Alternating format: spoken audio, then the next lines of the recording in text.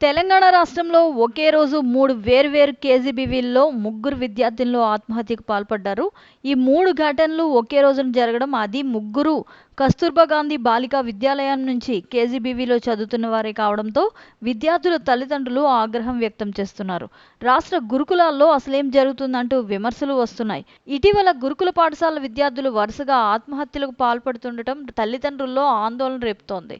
కొన్నేళ్లుగా గురుకులాల్లో నెలకొన్న అస్తవ్యస్తమైన పరిస్థితులు, కుటుంబాలకు దూరంగా ఉండటం, అనారోగ్యానికి గురైతే పట్టించుకునేవారు లేకపోవడం, మానసికంగా అందని సాంత్వన వంటి వాటితో హాస్టల్లో ఉండలేక, ఒత్తిడి తట్టుకోలేక విద్యార్థులు బలవన్మరణాలకు పాల్పడుతున్నారన్న విమర్శలు వస్తున్నాయి.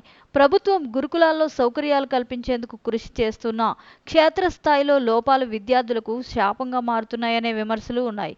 కాగా విధుల్లో నిర్లక్ష్యం వహించి 45 మంది విద్యార్థినులు అస్వస్థతకు కారణమయ్యారంటూ నల్గొండ జిల్లా దేవరకొండ మండలం ముదిగొండ ఎస్టీ బాలికల ఉన్నత పాఠశాల హెచ్ఎం వేదాద్రిని కలెక్టర్ ఇలా త్రిపాఠి సస్పెండ్ చేయడం కూడా జరిగింది.